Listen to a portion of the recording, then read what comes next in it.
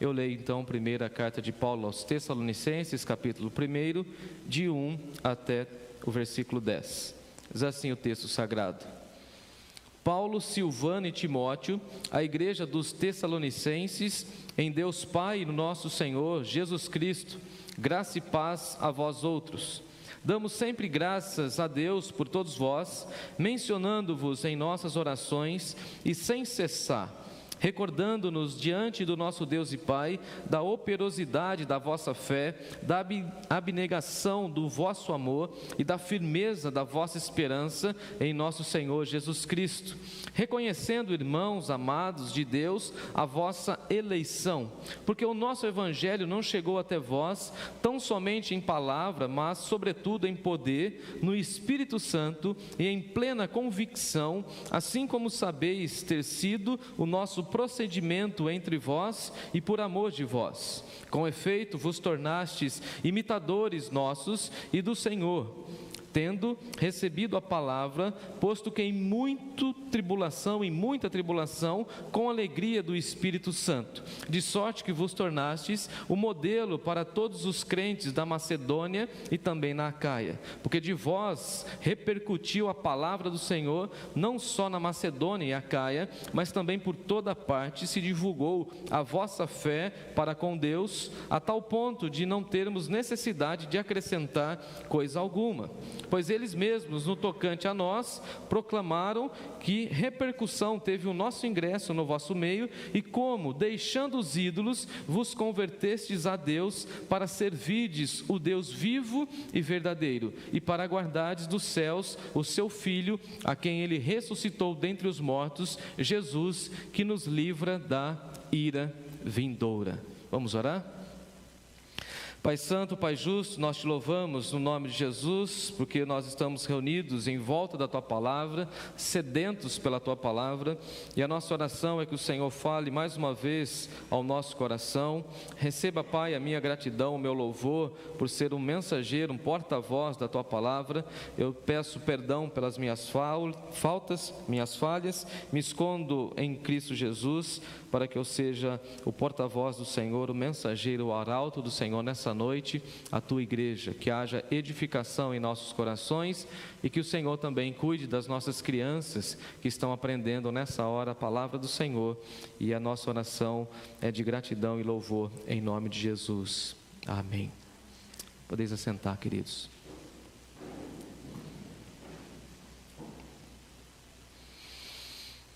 Meu tema é as marcas de uma igreja que aguarda a segunda vinda de Jesus. Esse tema, segunda vinda de Jesus, parece ter sido um tema esquecido por muitas igrejas, por muitos cristãos, e infelizmente parece que nós perdemos essa ideia ou essa expectativa de que o Senhor Jesus está voltando, de que um dia nós teremos esse encontro com o nosso Senhor. E basicamente eu tenho a grata alegria de ter vivido e acompanhado um tempo, um momento histórico em que as igrejas falavam muito a respeito da segunda vinda de Jesus, mas parece-me que nós estamos hoje tão preocupados com a nossa dinâmica, tão preocupados com a questão do sucesso, que as pessoas não têm... Tem concorrência aí. As pessoas não têm mais o desejo de partir para o céu. Parece que nós até ficamos muito confortáveis com a vida. Tanto é que a mensagem de boa parte das igrejas se tornou o quê? Sucesso, finanças, curas, parecendo que nós vamos ficar aqui e permaneceremos aqui para todo sempre. E aquela grande expectativa, aquele gozo, aquela esperança, aquela grande expectativa da segunda vinda do Senhor Jesus, parece que não aquece mais o nosso coração, porque afinal de contas, muita gente nem crê mais nisso. Eu me recordo da minha mãe, por exemplo, cantando aquela canção dos Vencedores por Cristo, quando ela dizia assim: lá está o meu tesouro. Eu falei, uau, no dia que o Senhor Jesus vier buscar a sua igreja.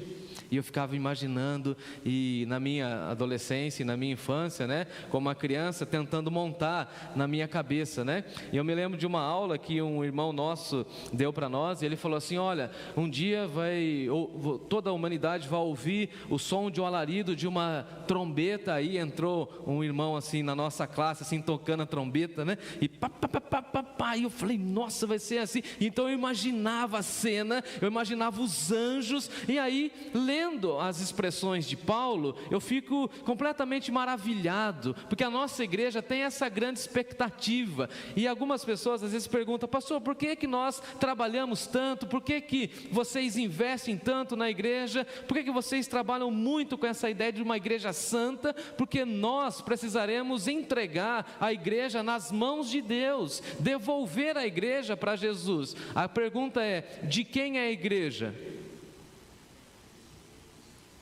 Quem morreu pela igreja? E ele deu pastores e líderes para cuidar de quem? Da igreja.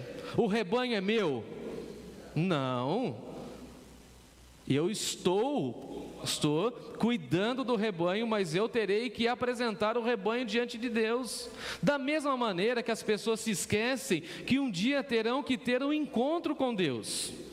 Se você sair aí fora e falar assim: olha, toma cuidado, mundo, vocês um dia terão que se encontrar com Deus, haverá uma prestação de contas, as pessoas não levam essa informação a sério. E nós, como igreja, precisamos ter urgência na pregação do Evangelho e ter urgência nessa informação. Se você ainda não aceitou Jesus, você não tem essa segurança, e se você não tem essa segurança, você está perdido, porque a vida não se resume somente a essa nossa existência. Nós fomos criados por Deus para o louvor da sua glória e fomos criados para a eternidade. Salomão vai dizer para nós que Deus colocou e plantou a eternidade no nosso coração, e por isso que eu gosto da informação de C.S. Lewis, que nada nessa vida pode preencher esse vazio existencial que há no nosso coração, a não ser o próprio Deus, porque Ele mesmo preenche o nosso coração e nos dá existência, ou valor para a nossa existência. Eu não sei se você, assim como eu, às vezes se sente meio deslocado.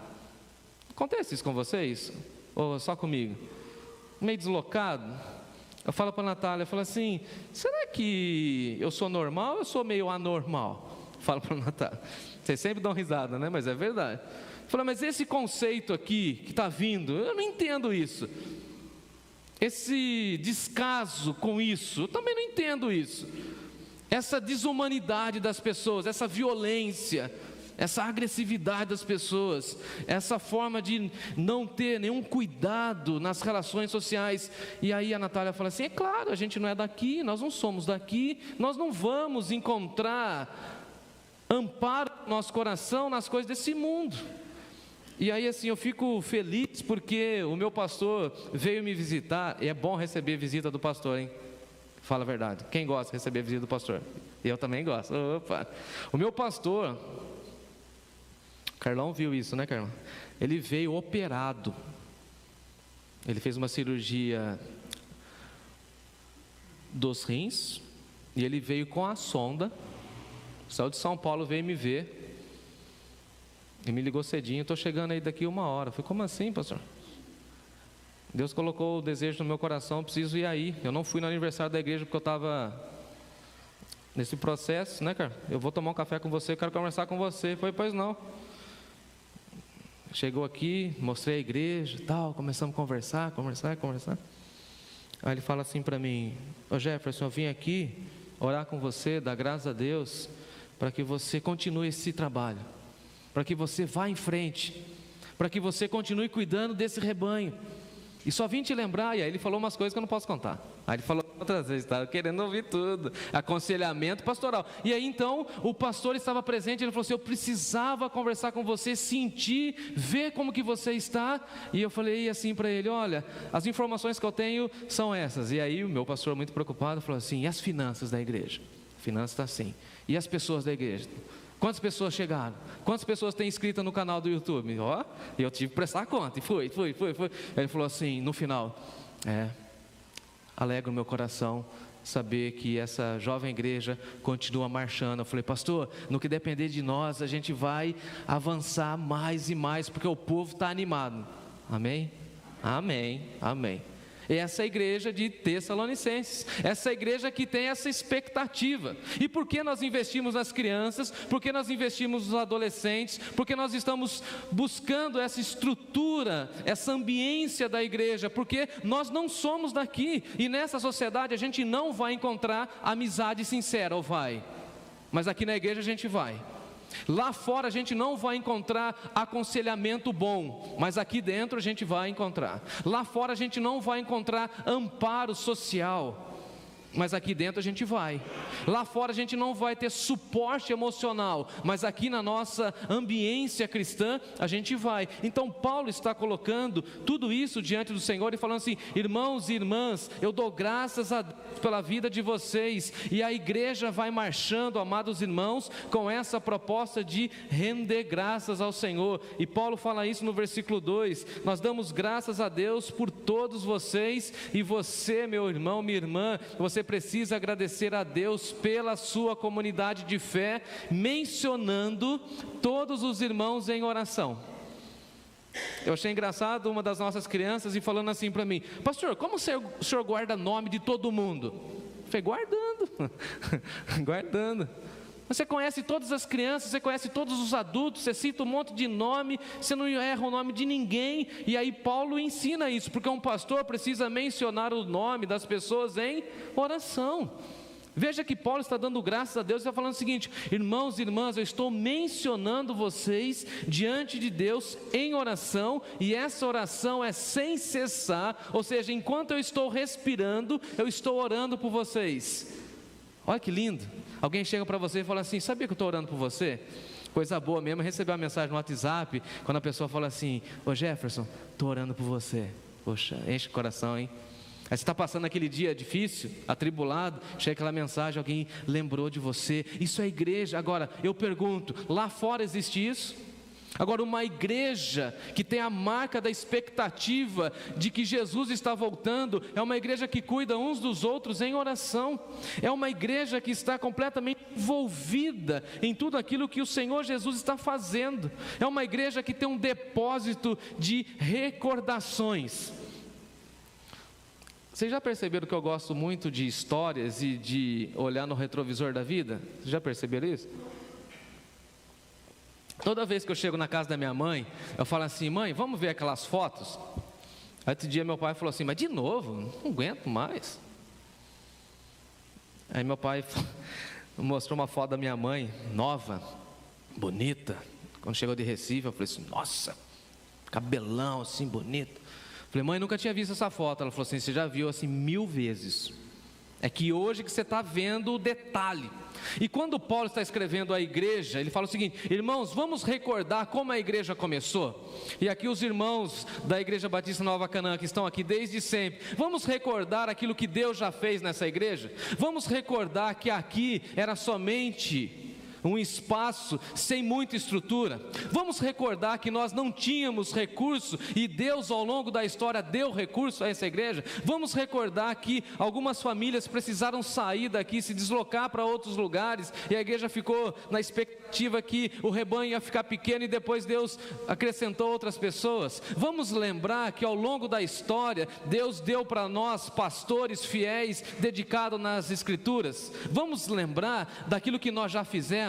Falava hoje para a Natália: vamos ver se alguns irmãos da igreja têm algumas lembranças e recordações das EBFs que já aconteceram aqui, porque assim, a gente pensa que a igreja só está acontecendo nesse momento. Não, a igreja já estava acontecendo e muita coisa já aconteceu aqui, amém? E muita coisa vai acontecer, amém? Mas muita coisa já aconteceu. Agora veja o que Paulo está colocando, versículo 3: eu recordo, irmãos, eu tenho memórias. E eu fico imaginando Paulo lembrando daquilo que eles viveram. E essa é uma marca, uma igreja que tem memória, uma igreja que guarda a sua história, uma igreja que promove marcas nas vidas das pessoas. E a nossa igreja nesse sentido tem que ser marcante, impactante na vida das pessoas. E Paulo está falando o seguinte: olha, eu recordo diante de Deus da operosidade da vossa fé. Sabe o que eu estou lembrando aqui, irmãos? Paulo está falando que vocês são trabalhadores, que vocês labutam na causa de Deus e que vocês se sentem como operários na obra de Deus. E aqui eu falo como Paulo, fala assim: irmãos da Igreja Batista Nova Canaã, que nós continuemos com essa marca de uma igreja operosa, de uma igreja disponível para o trabalho do Senhor, porque, convenhamos, não cabe acomodação com a vida cristã. Cabe? Não faz sentido. Tem um tal de jovem rico que uma vez ele chegou para Jesus e falou assim, colocou a mão no bolso, falou assim: quanto custa entrar no teu reino? Eu quero pagar o ingresso, eu quero entrar, eu quero andar com o Senhor. Aí Jesus falou assim: a questão não é dinheiro, meu filho, a questão é disposição. Vai, vende tudo, dá aos pobres e segue-me. A caminhada cristã é jornada, é caminhada. A igreja, segundo Paulo, é construção. E se é construção, temos aqui vários irmãos da construção civil. Construção é o quê? Trabalho, labuta. Todos nós somos obreiros, todos nós fomos chamados para trabalhar no reino de Deus, e nós precisamos ofertar ao Senhor o nosso trabalho. Tem que ter operosidade, e operosidade, veja que interessante, da fé, porque a fé precisa ser demonstrada, e aí depois Tiago já nos ensinou, como nós aprendemos, né, que a fé sem obras é morta. Então você e eu somos chamados ao trabalho. E aí tem aquela canção que nós entoamos sempre, né? Mãos ao trabalho, crentes. Vamos trabalhar, vamos servir, porque essa é uma das marcas da nossa igreja. Esse bastão nos passaram. E eu fico orgulhoso e emotivo de ter recebido a igreja de um pastor idoso, que labutou, trabalhou, e entregou para a minha igreja com mais de 80 anos. Às vezes a gente fala assim: ah, pastor, não vejo a hora de me aposentar e dar uma encostadinha. E eu falo: não, irmão, vamos para frente. Que história é essa de aposentadoria? Que história é essa de parar? Que história é essa de acomodar? Enquanto houver fôlego de vida, mão no arado, porque Jesus falou: quem põe a mão no arado não pode. E quantas vezes nós colocamos a mão no arado e queremos dar uma olhadinha: ah, e se eu tivesse lá no mundo? Bem na hora do culto tem o jogo também, olhando lá para trás. Ao invés de estar aqui trabalhando e servindo, eu poderia estar assistindo a minha série favorita do Netflix, até soltar o rojão lá. Não, é para frente. Operosidade, abnegação, ou seja, desprendimento.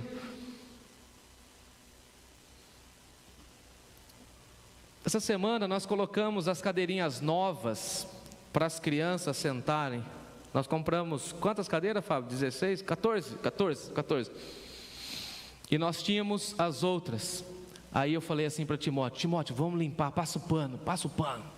E aí Timóteo passando um pano: ô pai, estava na hora de trocar essas cadeirinhas. Eu falei: estava meio ressecada, velhinha, né? Então beleza, o que a gente vai fazer com essa? Vamos deixar ali meio de reserva.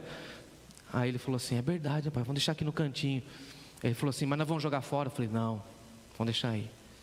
Aí eu falei assim para ele: vamos imaginar uma coisa, Timóteo? Vamos imaginar que pessoas doaram dinheiro para comprar essas cadeirinhas. Aí ele falou: já sei, pai, você vai vir com uma lição, né? Então, vamos imaginar que pessoas já pegaram essa cadeirinha, levaram para cá, para lá, e tiveram muito amor, oraram por isso, pelas crianças que iam sentar. Você está entendendo? Então isso é igreja, meu filho. Pessoas abnegadas, pessoas que são desprendidas de si mesmas, porque elas querem servir a Deus, pessoas que querem marcar a vida das outras com esse amor. E aí Paulo vai falar o seguinte para eles: ó irmãos, eu oro para que vocês tenham esse amor aumentado, que Deus faça que esse amor aumente e cresça entre vocês. Eu creio e celebro a Deus porque a Igreja Batista Nova Canaã tem sido uma igreja amorosa, mas eu sonho como Paulo e oro para que a igreja cresça mais e mais no amor, para que sejamos ainda mais amorosos, para que sejamos ainda mais entregues a esse trabalho do amor, para que a nossa esperança, que é a terceira colocação de Paulo, fique firme na presença do Senhor. Dá uma olhadinha no versículo 3, ele fala o seguinte: a abnegação do vosso amor, a firmeza da vossa esperança, e nós temos a esperança, e a esperança cristã, essa expectativa de que Deus está cuidando do seu povo, de que Deus está cuidando da igreja, essa expectativa de que nós um dia iremos morar com o Senhor na eternidade. E Paulo vai falar o seguinte para a igreja: irmãos, eu recordo e tenho essa grande expectativa que vocês fiquem firmes na esperança. Se tem uma pessoa nesse Brasil que não pode perder a esperança, é o cristão. Porque, convenhamos, a gente vive num contexto de desesperança. Todo o nosso contexto é do quê? Desesperança. Mas o cristão? Aí tem uma musiquinha lá de 1970 que fala assim: não olhe as circunstâncias. Lembra? Quem lembra disso aí? Faz assim com a mesinha. Isso daí é raiz, hein? Não olha as circunstâncias. Não, eu olho o seu. Então veja, e aí, por que às vezes eu cito muito canções antigas? Porque na minha concepção, as letras das canções antigas eram muito melhores do que a de hoje. Timóteo veio com uma canção contemporânea. Pai, um amigo meu lá da escola falou que ele é crente, é mesmo? E daí? Aí ele mostrou para mim uma música lá. Então vai, como que é a música? Aí o refrão da música, estou exagerando, tá? Vocês vão entender. 415 vezes repetição assim: que lindo ele é, lindo é, lindo é, lindo é, lindo é. Falei, e daí? Vai sair da hora? Tem conteúdo? Aí Timóteo, né? Mas você não gostou da melodia? Eu falei, a melodia é linda, maravilhosa. Se eu colocar aí uma declaração de amor para sua mãe, cantar para ela, está tudo certo. Isso não é para Deus. É muito antropocêntrica, muito fechada no homem. Enquanto as canções que nós deveríamos cantar é a expectativa do céu. Lembra Castelo Forte, por exemplo? Agora nós estamos no mês da reforma. Castelo Forte é o nosso Deus. Ainda que demônios tentem fechar a igreja, nós confiaremos em Deus. É isso que a gente vai cantar. Aí que está a nossa expectativa, a nossa firmeza. E podemos e devemos cantar firme nas promessas de Jesus, sempre firme. Aí eu ensino para o Timóteo, aqui está um contracanto: firme, sempre firme. Canta aí, Timóteo. Canta a expectativa, canta a esperança. O brasileiro tem sim a esperança, mas não a esperança do nosso povo, a esperança da glória, a esperança da eternidade, a esperança de um corpo regenerado, a esperança de morar no céu, a esperança de não viver mais em conflito, a esperança de viver com o nosso Deus sentado no trono, reinando de maneira soberana. Hoje à tarde eu dormi, hein? Você vê que eu estou cansado, eu dormi durante o dia, dormi, que delícia, hein? Depois do almoço, também fiquei aqui na madrugada, né? Até uma desculpa, dormi. Aí eu acordei e a canção que o meu filho estava cantando é o seguinte: ó Rei das Nações, quem não temerá, quem não glorificará o teu nome? Falei, é isso, Timóteo, canta para todo mundo, porque esse povo só fala em política. Nós confiamos naquele rei que governa, naquele rei que vai reinar para todo sempre. Nós não somos daqui, estamos aqui de passagem, e a nossa esperança reside naquele dia que esse rei reinará com um trono de justiça e colocará todo mundo de joelho, e toda língua confessará que Jesus Cristo é o Senhor, para a glória do Pai. Essa é a expectativa da igreja, essa esperança da igreja, e Paulo fala isso à igreja: povo de Deus, vamos ter firmeza na esperança. Agora, e aqui eu estou alfinetando mesmo, de propósito, imagine se os cristãos tivessem força, disposição e coragem para falar de Jesus como falam de ideologias políticas. Você imagina? O Brasil já estava evangelizado, e a gente tem artimanhas, conversas, apologia para defender tudo. E a pergunta é: e o Evangelho? Paulo está escrevendo à igreja de Tessalônica falando o seguinte: parabéns, vocês são muito trabalhadores, vocês têm um amor maravilhoso, a firmeza de vocês é sensacional na esperança, e eu fico muito feliz com vocês, porque vocês receberam o evangelho com poder, não foi eloquência, não foi discurso bonito, versículo 5, não foi somente um discurso de oratória. Eu achei tão engraçado, o dia desse um menino chegou para mim, bem menino mesmo, deve ter aí por volta de uns 20 anos.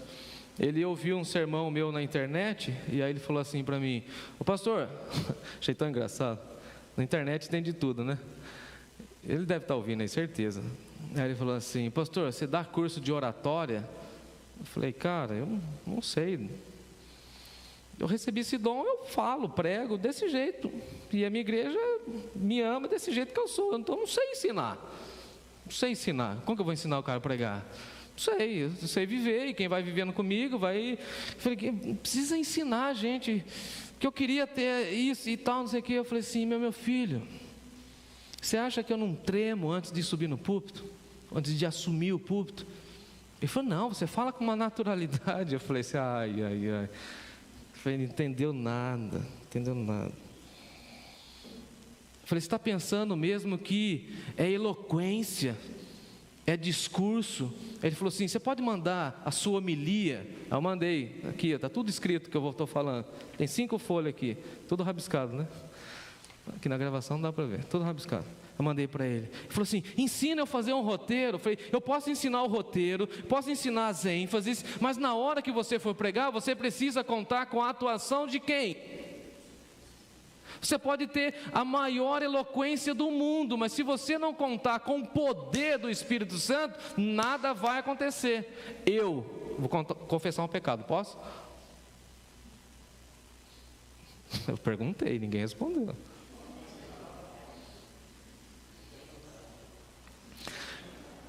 Sempre fui fã, e minha mãe é responsável por isso, do Billy Graham. Quando ele chegou aqui no Brasil em 73, minha mãe tinha as fitas cassete, quem lembra disso? Lá no Maracanã, só dá uma disfarçadinha assim. E aí eu ouvia Billy Graham, e naquela época não tinha internet, e aí minha mãe conseguiu umas fitas VHS, eu não entendia nada em inglês, e eu colocava lá na televisão do meu amigo, ficava ouvindo para tentar entender a ênfase, a pregação, a eloquência. Aí um dia eu, na minha incredulidade ou na minha arrogância juvenil talvez, eu peguei um sermão do Billy Graham. Aí eu falei assim: eu vou pregar. Aí me deram a oportunidade numa casa, falei assim: eu vou pregar o sermão do Billy Graham. Me lembro como se fosse hoje, Gálatas 6,14. E eu escrevi tudinho, igual Billy Graham. Aí fui lá, abri minha Bíblia, eu era menino, né? Abri minha Bíblia, comecei a pregar. Aí você percebe que o auditório estava... E eu percebo quando vocês não estão gostando do sermão, viu? Vocês pensam que eu não sei? Eu sei. Aí eu cheguei para um amigo meu, falei: e aí, cara? E aí, como que foi? Gerson, um fiasco, cara. Nossa. Eu só não fui embora porque eu sou seu amigo íntimo. Aí tinha uma irmã muito querida lá na igreja, a irmã Lúcia, a irmã analfabeta, sensacional, espiritual. Cheguei para ela assim: irmã Lúcia, o que a senhora achou do sermão? Falei: meu filho, bonito, mas faltou a chama do Espírito Santo. Pega esse papel aí que você escreveu, põe debaixo do seu joelho, vá orar e pedir que o poder do Espírito Santo fale com a gente. Ô, bênção de Deus, louvado seja Deus. Nunca mais assumi o púlpito com essa arrogância, e oro e peço a Deus que Deus fale comigo, ou me use para a honra e glória do nome dEle, porque Paulo está dizendo à igreja: o Evangelho chegou até vocês não por eloquência humana, mas por poder, e o poder de Deus é que transforma a vida, o poder de Deus é que restaura a igreja, e o poder de Deus é que dá convicção à igreja, porque ele fala o seguinte: vocês receberam o Evangelho com plena convicção, não ficou faltando nada. Haja vista que Paulo vai dizer o seguinte: olha, quando vocês estavam no processo de evangelização, versículo 8, eu não precisei acrescentar nada. porque o Espírito Santo do Senhor foi acrescentando. Quando eu estou pregando, eu sempre estou orando e falando: Deus, que o Teu Espírito vá aplicando essa palavra e vai acrescentando aquilo que as pessoas precisam ouvir. E é isso, uma marca imprescindível da igreja é que o púlpito deve ser o local onde nós ouvimos a voz de Deus e não habilidades humanas. Ô Jefferson, então você não vai querer mais fazer curso de oratória? Não, eu até rasguei o diploma que eu fiz de oratória. Ô Jefferson, você vai ensinar técnicas de pregação? Não. Agora eu vou ensinar a minha igreja e a minha geração a orar muito, decorar o texto bíblico e quando abrir a boca, falar com ousadia e confiança para que o poder do Espírito Santo seja derramado sobre a igreja. Porque nós estamos esperando Jesus. E por fim, essa igreja é uma igreja que ama as pessoas, que ama missões, que deseja alcançar as pessoas. Dá uma olhadinha no versículo 6, quando a igreja, segundo Paulo, começa a imitar Paulo. E eu sempre tive alguns problemas com isso, mas agora eu estou meio que me acostumando com isso. O pastor Júlio falava assim: a igreja tem a cara do pastor. Eu falava assim: ai meu Deus. Eu falei: pastor, mas e se todo mundo for que nem eu, assim, cheio de festa, animado e tal? Ele falou assim: você é o pastor da igreja, a igreja vai seguir o seu rumo. E aqui, olha que Paulo está falando: irmãos, vocês estão imitando a mim. E eu fico feliz porque vocês estão me imitando e porque vocês receberam a palavra de Deus em meio a muita tribulação. E às vezes nós pensamos que o trabalho da igreja vai ser um trabalho sem dificuldade. E erra quem pensa assim. Porque convenhamos, ser igreja e fazer com que a igreja avance dá trabalho? Veja o que Paulo está dizendo: olha, é muita tribulação, vírgula, mas com alegria do Espírito Santo. Temos muito trabalho? Temos muito empenho? Temos muitas tribulações? Temos muitas perseguições, vocês sabem do que eu estou falando? Mas temos muita alegria no Espírito Santo. E eles imitam Paulo. A ideia é o seguinte: se Paulo sofreu, nós também sofreremos.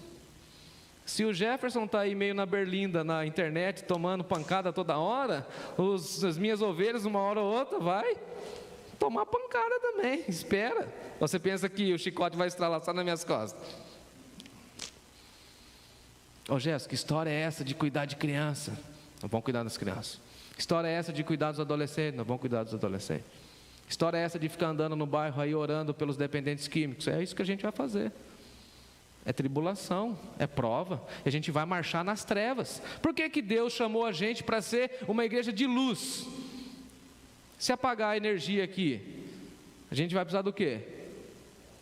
De luz, de vela, precisa de luz. Deus coloca a igreja no lugar onde tem as trevas, para que as trevas se dissipem com a irradiação da luz. E aí Paulo está falando o seguinte: olha irmãos, vocês se tornaram modelo, versículo 7, eu dou graças a Deus porque vocês se tornaram uma igreja modelo. E a igreja modelo, segundo Paulo, não é uma igreja rica, não é uma igreja influente, mas é uma igreja que se preocupa com o próximo, é uma igreja que se preocupa com as próximas gerações, é uma igreja que se preocupa com a evangelização. Então vocês se tornaram modelo, e o meu sonho, a minha oração é que essa igreja Batista Nova Canaã, ao longo da sua jornada, seja uma igreja modelo. Eu queria que o teto explodisse agora, do amém. Que as pessoas viessem aqui e falassem assim: nós queremos copiar o que vocês fazem. Aconteceu isso agora no aniversário da igreja. A igreja lá de Santa Gertrudes, onde meu irmão está ajudando, vieram aqui para saber e ouvir aquilo que Deus está fazendo aqui. E o pastor Edson falou assim para mim: ô Jefferson, foi uma injeção de ânimo me reunir com você, com a sua liderança, e ver tudo aquilo que Deus está fazendo aí com vocês. E a gente vai tentar transportar essa ideia e tentar levar a nossa igreja adiante, porque assim, vocês são um modelo para nós. Eu falei assim: nossa, temos 13 anos, estamos ainda na adolescência como igreja. Imagina que algumas pessoas poderão um dia falar assim para nós: qual que é o modelo que vocês usam de ministério infantil? Qual que é o modelo de pregação? Por que vocês são fortes nessa área da pregação, do ensino? E aí Paulo está falando, olha irmãos, parabéns, vocês se tornaram modelo. Porque de vós, versículo 8, repercutiu a palavra do Senhor. A partir dessa igreja, toda uma geração, toda uma região, toda uma geografia conheceu o Evangelho. Vocês imaginam que a nossa igreja, por conta dessas facilidades da tecnologia, agora nós falamos aqui, e eu estou aqui falando da rua Rubião de Almeida, mas a nossa voz está sendo ouvida em outros lugares, ou seja, a nossa voz está repercutindo. Tem uma senhora que trabalha no hospital, ela é enfermeira, ela fala assim, ô Jefferson, se eu estou de plantão, na UTI, eu estou te ouvindo, pode confiar. E o que a senhora faz? Eu ponho lá, e quem está trabalhando comigo na UTI precisa ouvir. Eu falei, é? Ela falou assim, avisa um dia lá para a igreja, você está pregando lá, você está cantando com o povo lá, mas a gente está ouvindo. Aí eu falei para ela, sabe o que está acontecendo? A nossa palavra está repercutindo. E essa expressão repercussão tem a ver com percussão. Meu filho agora, por conta dessas aulas da Marina e da Vanessa, nem vou olhar para a Vanessa, agora ele só pensa em música.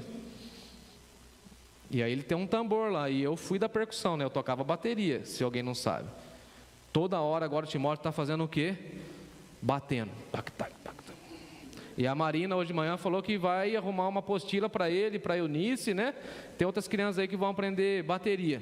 Olha, Karen, escuta essa. É meu vizinho.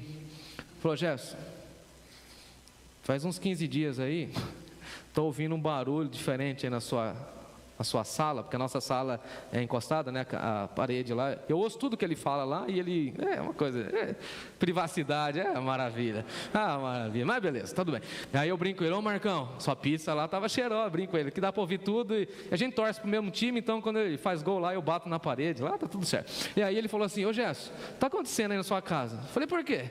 Cara, uma bateria, um negócio diferente aí, construção, você vai tomar multa aí do condomínio. Eu falei, não, cara, meu filho está aprendendo aula de música. Ele falou, entendi, é porque o som está chegando. Eu falei, entendi, essa ilustração que eu queria, a palavra de Deus está repercutindo, o nosso sermão está aqui, a nossa igreja está plantada aqui, mas Deus está levando a nossa voz até na Europa, louvado seja Deus. Tem um rapaz do Japão que manda informação para nós, ô Jefferson, não para de pregar não, a gente está ouvindo aqui no Japão. Quer ver? O Evandro está aqui acompanhando, o Evandro Cravo. Ele mora onde? Maceió, ele está aqui no chat, estou vendo ele aqui. A Anitta mora do outro lado da cidade. A Thelma França está cuidando do pai, está ouvindo a gente agora. A irmã Joana, o Edivaldo, o pai da Vanessa, lá em Minas Gerais, o Eleazar está aqui. Ou seja, daqui a nossa voz está sendo ouvida. Louvado e exaltado seja o nome do Senhor. Que a partir de nós, a palavra de Deus venha ecoar nesse Brasil e que a nossa igreja se torne uma igreja modelo. Para nós, termos vaidade, não, mas para que o nome dele seja louvado, engrandecido, até que ele venha. E ele vem, versículo 10, ele vem. Vocês precisam aguardar dos céus o seu Filho, a quem ele ressuscitou dos mortos, e ele vem. E por isso nós cantaremos agora, Jesus virá, e ele virá me buscar, ele virá te buscar, e juntos, em pé, vamos louvar e exaltar o nome do nosso Senhor.